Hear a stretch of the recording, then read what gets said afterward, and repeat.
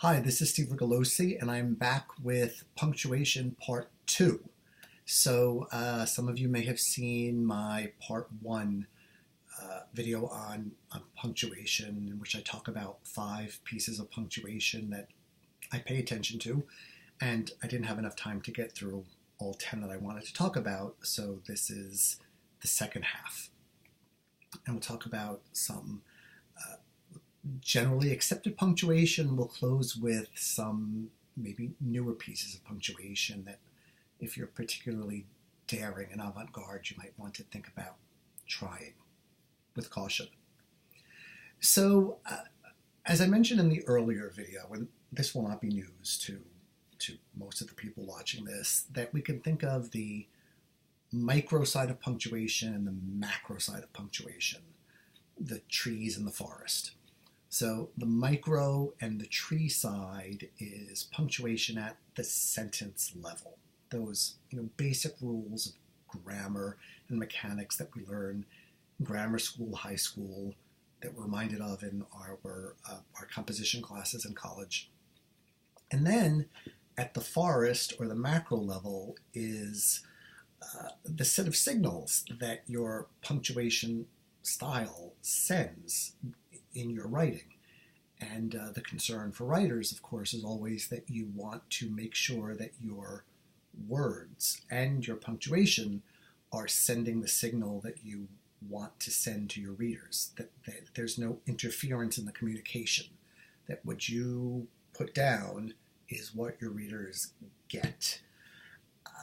And so I, being a grammar geek, have made a study or have noticed several things about punctuation over the years. And as I've said in earlier videos, I think all editors have these hobby horses or pet peeves about punctuation, words, all kinds of other elements of writing that really are as varied as editors themselves. I mean, something that makes me want to just go, poof. Other editors say, I don't know why you're making such a big deal out of this. It's, calm down, Steve, chill. And some of the things that they really care about, don't particularly bother me. So I just want to make the point here that, a video like this is by definition opinionated, but I also have to say that I really think to be a good editor, you have to have strong opinions. You have to be able to work with writers in a way that helps them say what they want to say, to make the argument that they want to make, or if they're writing fiction, to write a narrative that has good characters, a good plot, and good writing. And you don't get an excellent final product unless you're really willing to, fight the good fight and throw down the gauntlet once in a while and hash out matters that, may seem minor. I mean, is it worth an hour conversation on the phone about one word? And everybody is so time-pressed in the 21st century. I totally understand and respect that. But I feel like those types of conversations, which are now done through email, as much as phone conversations, are so important to our self-definition and the way we do our jobs. And a lot of editors thrive on very picayune details, such as punctuation. A brief story that I'll tell that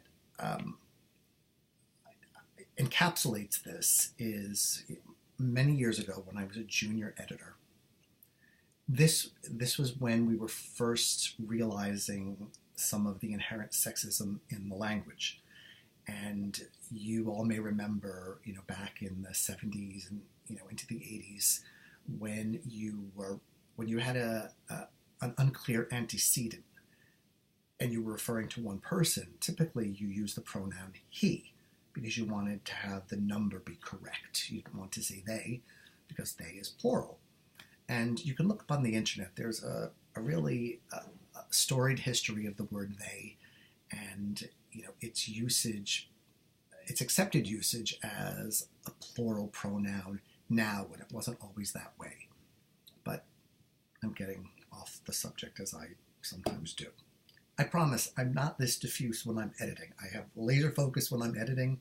For some reason on these videos, I just like to talk. Because when you sit at a desk all day editing, you don't do a lot of talking. So I was working on a book as a junior editor, and we were, this was before we realized that we could get around the he, she or he by using plural antecedents. So instead of saying a teacher should always respect his or her students, it's now very common to say teachers, plural, should respect their students, and then you've got no problems. But I think we came to that way of doing things over the space of several years and trying different ways to make the language more inclusive. So on this one project that I worked on, the author had decided that he was going to alternate use of he and she. So it would be he in one paragraph, for example, and then she in another. Well, this was an economics textbook, and there's an economics concept called the fool in the shower. And that's used as a metaphor for government intervention in the economy. And in a nutshell, it means that the fool in the shower gets in the shower and the water is too hot. So the fool overcompensates and turns the knob all the way to the right to get cold water, to equalize the temperature. And before you know it, the fool is standing in the shower freezing because the water is so cold. So then what does the fool do? Turns the knob all the way back to hot, and before you know it, the fool is getting scalded. And so the analogy is to basically the timing of government policy. And if the economy is already recovering, the data may not show that. And so a government infusion of some policy may overheat the economy when it's already on its way up, or it may make the economy even worse when it's on its way down. So the analogy is the fool in the shower. And it just so happened that when it came time to talk about that example, the pronoun to be used, because it was that pronoun's turn, was she. And I looked at this and it just didn't sit right with me. I said, the fool in the shower is a she. We talked about this foolish woman in the shower. And so I talked to my boss about it, who was excellent. His name was Ray Mullaney, and such a considered and smart, thoughtful editor. I learned so much from him. And he said, I'm with you on this. I think it's got to be he. But the author said, no. I mean, there were men who were fools. There were women who were fools. If we're going to have this language thing be equal, we have to have both sexes willing to take some of the blame. And before I knew it, this conversation was getting escalated up through the organization till we actually sat down with the editorial director, who had a very big job, to discuss the use of a pronoun in one paragraph in one book in a company that published hundreds of books a year. So what we ultimately decided was that particularly in areas of the language where you're talking about groups that have traditionally been marginalized or have not received fair treatment, you should err on the side of caution. And so even though the author had a somewhat valid point about sharing the blame for society's ills, we decided no, it had to be he.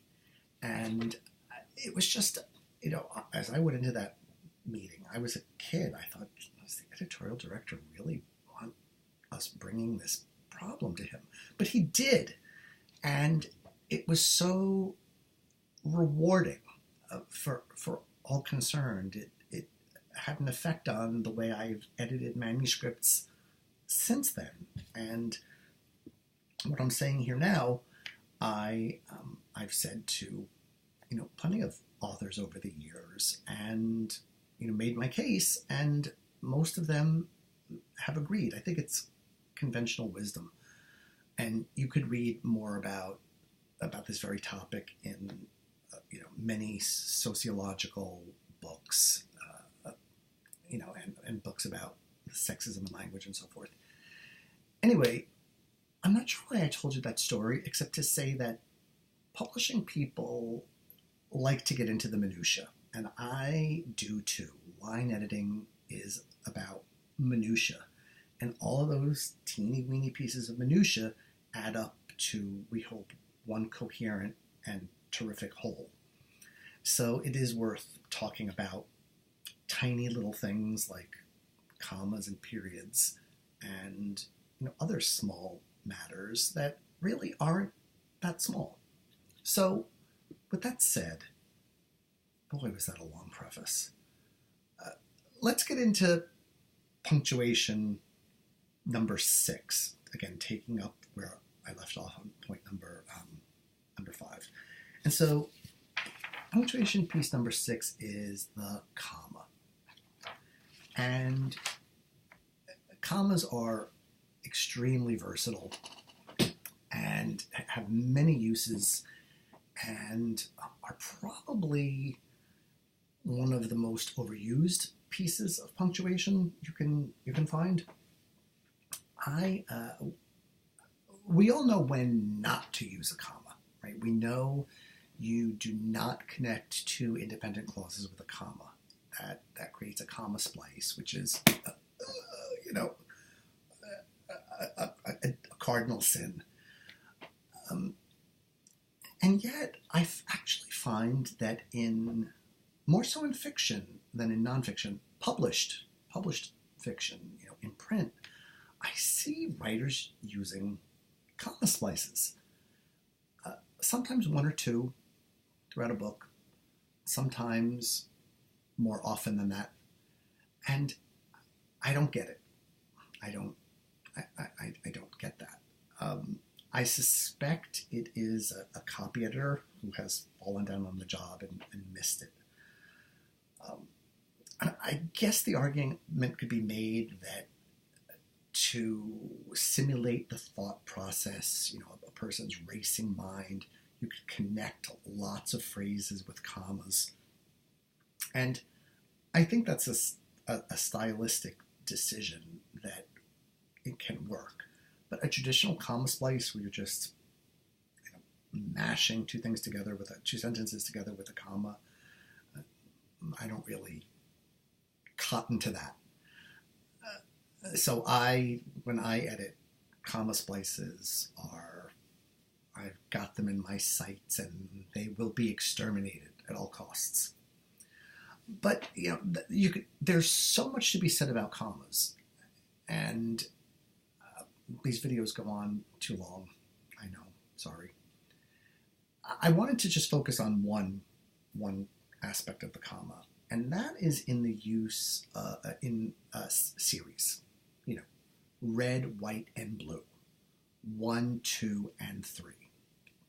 And in those series, the and is considered a coordinating conjunction. The coordinating conjunctions, do you remember the mnemonic device fanboys? For, and, nor, but, or, yet, and so. Those are your coordinating conjunctions.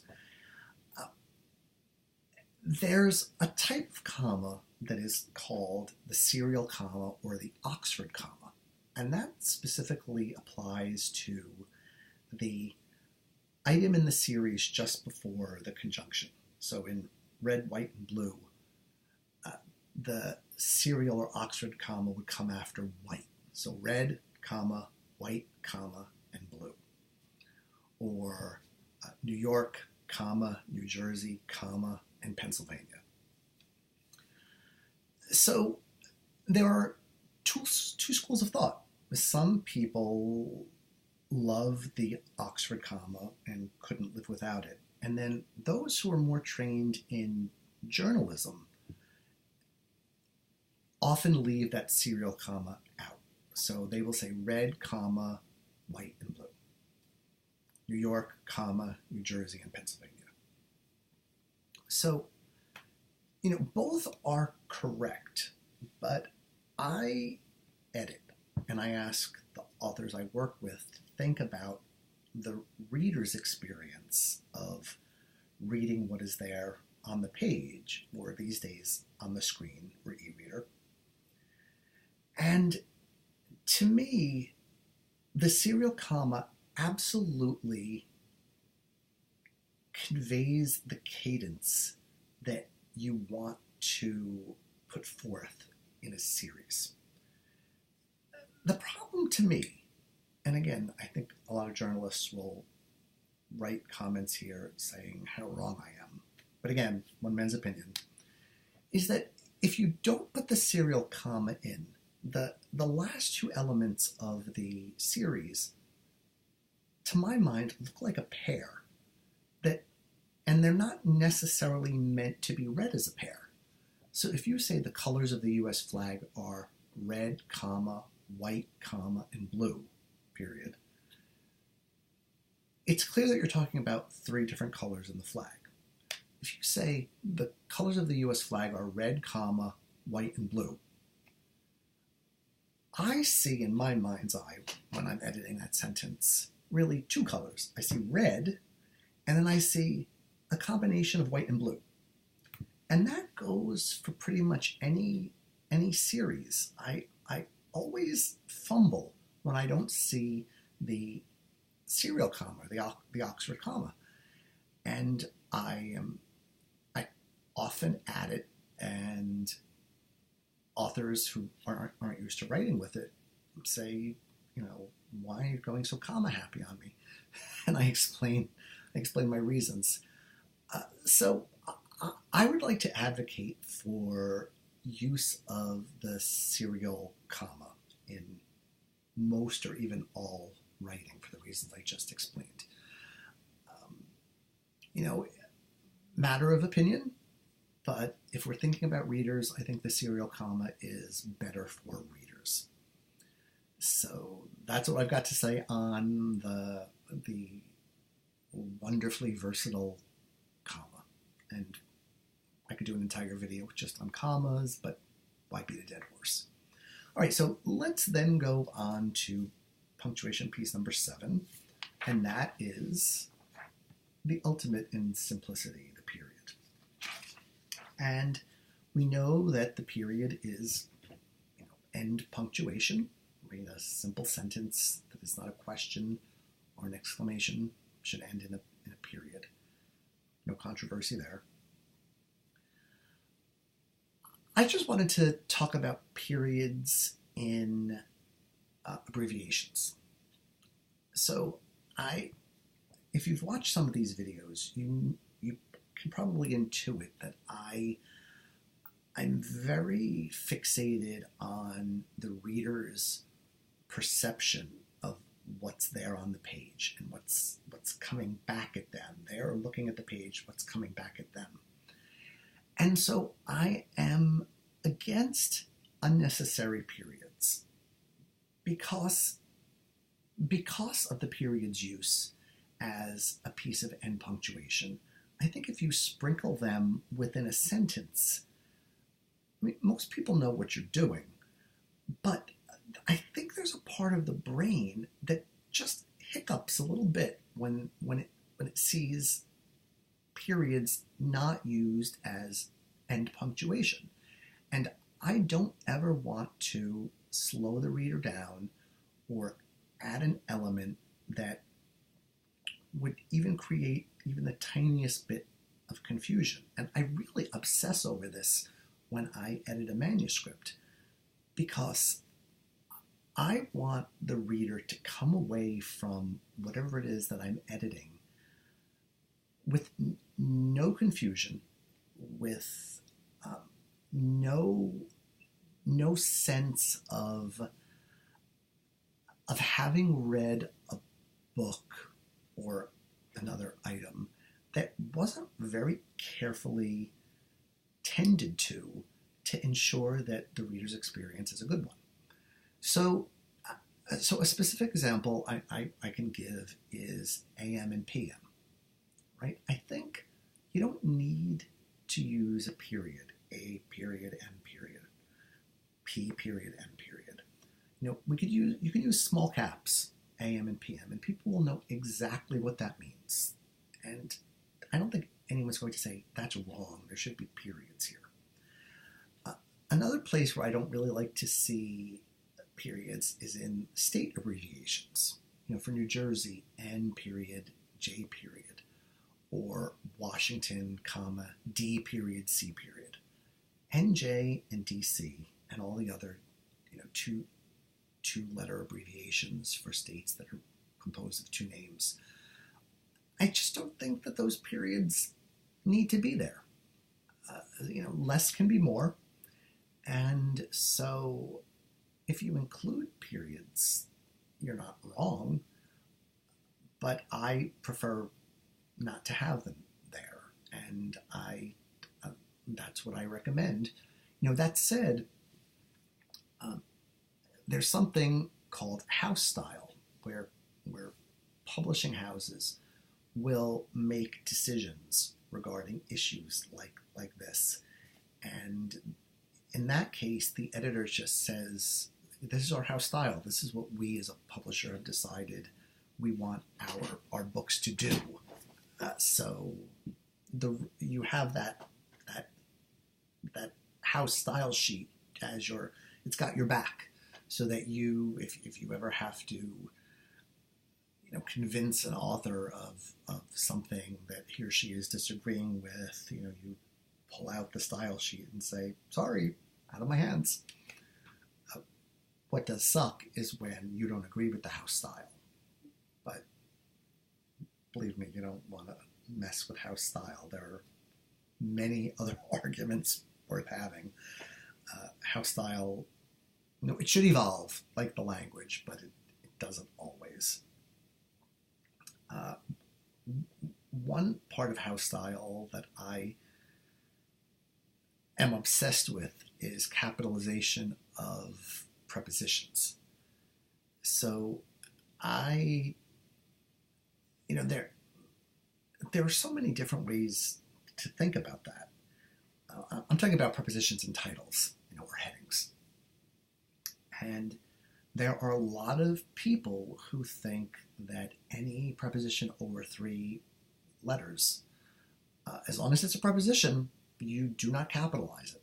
So about, not capitalized. From, not capitalized. The granddaddy of them, between, B-E-T-W-E-E-N. I just lost track, but, over 5 letters. When I see a heading that doesn't have between capitalized, it looks so odd to me. It looks like a typo. And yet, the house style may say we just don't capitalize, prepositions. If the house style doesn't specify that, then you make the rule that you like, check it out with your author, get his or her approval, and then you just implement it. That's not to say that a copy editor won't change it back, at some point later down the road. But by that point, you've sent your baby on into the production world, and copy editors are vastly underappreciated.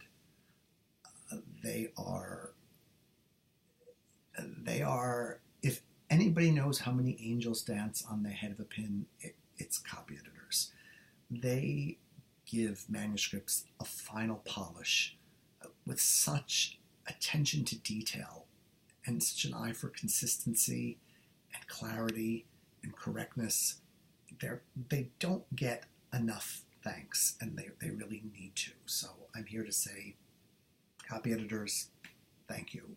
We appreciate what you do. And good authors always know when they're working with a good copy editor. It's like light bulbs go on as they review copy editors' work and see how many improvements they have made when they thought that no more improvement was possible because they've just been through 6, 8, 10 drafts of their work, and they think you can't wring any more excellence out of it, and yet a copy editor can do that. So, okay, moving on, punctuation. Let's talk about number 8, the colon. Okay, so again, like a lot of the other pieces of punctuation, colon can be used in a bunch of different ways. In a letter, a salutation, dear sir, colon. I think of the main use of a colon within a sentence is to introduce a list or provide a clarifying statement. So to go back to the example we were talking about earlier, the American flag has 3 colors, colon, red, comma, white, comma, and blue.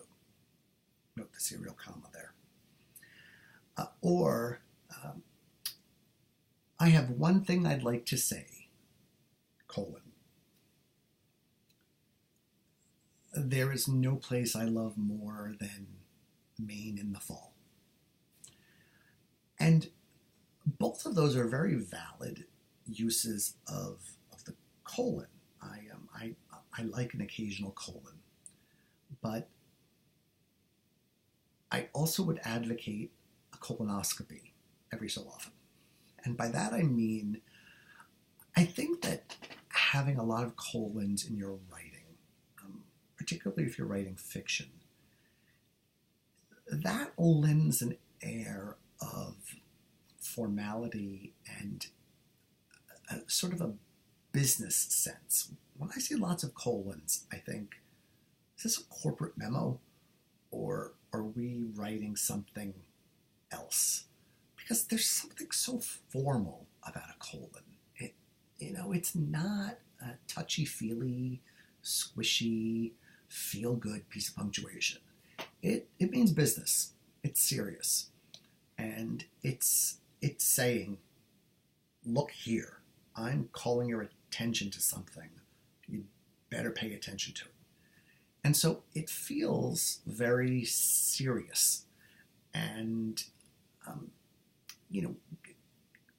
depending on what you want your tone to be, you may not realize that an overuse of colons is lending a sense of a business memo to your writing. So, as with so many of the other pieces of punctuation, I say with a colon, or I recommend, you don't have to do what I suggest, just look at those uses of colons and determine if your sentence requires the emphasis that you're giving it by putting a colon in there, and proceed accordingly.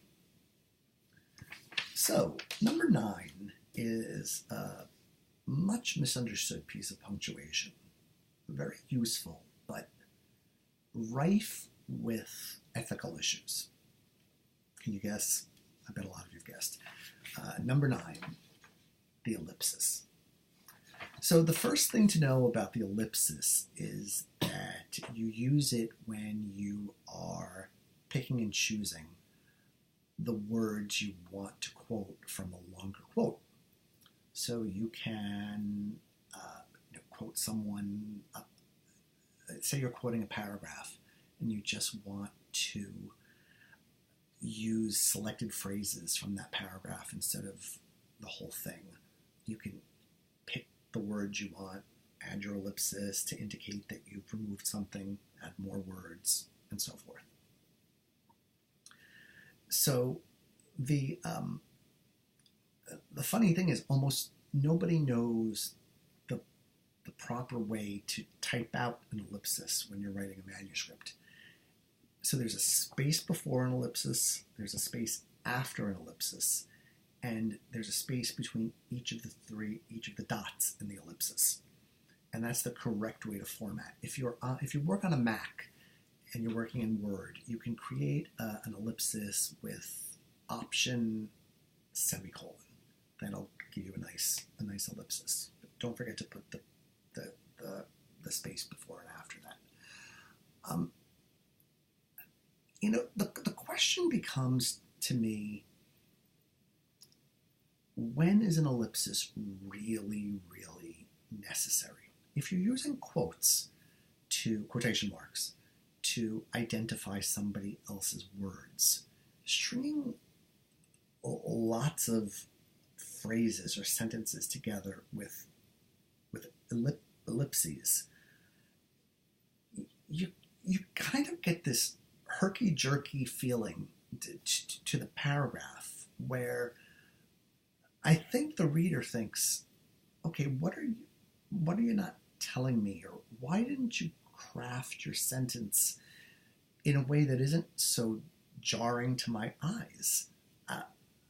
Because the ellipsis makes you think, what's been left out here and why?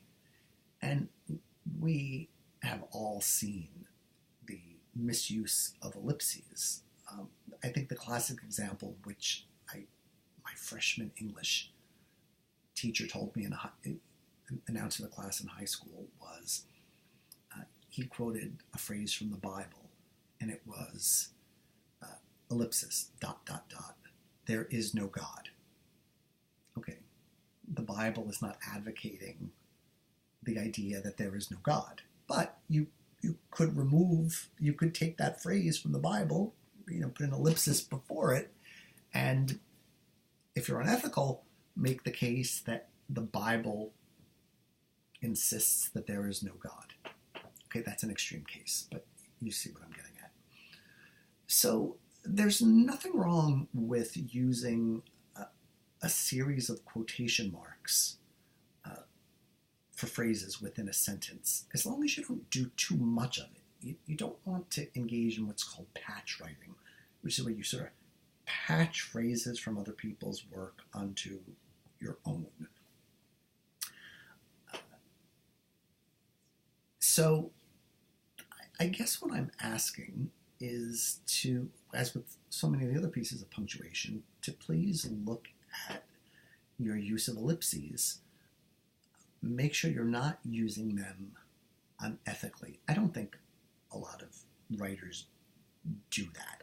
I don't think it's purposeful. I'm not suggesting that writers are out there attempting to pull the wool over our eyes all the time by misappropriating ellipses.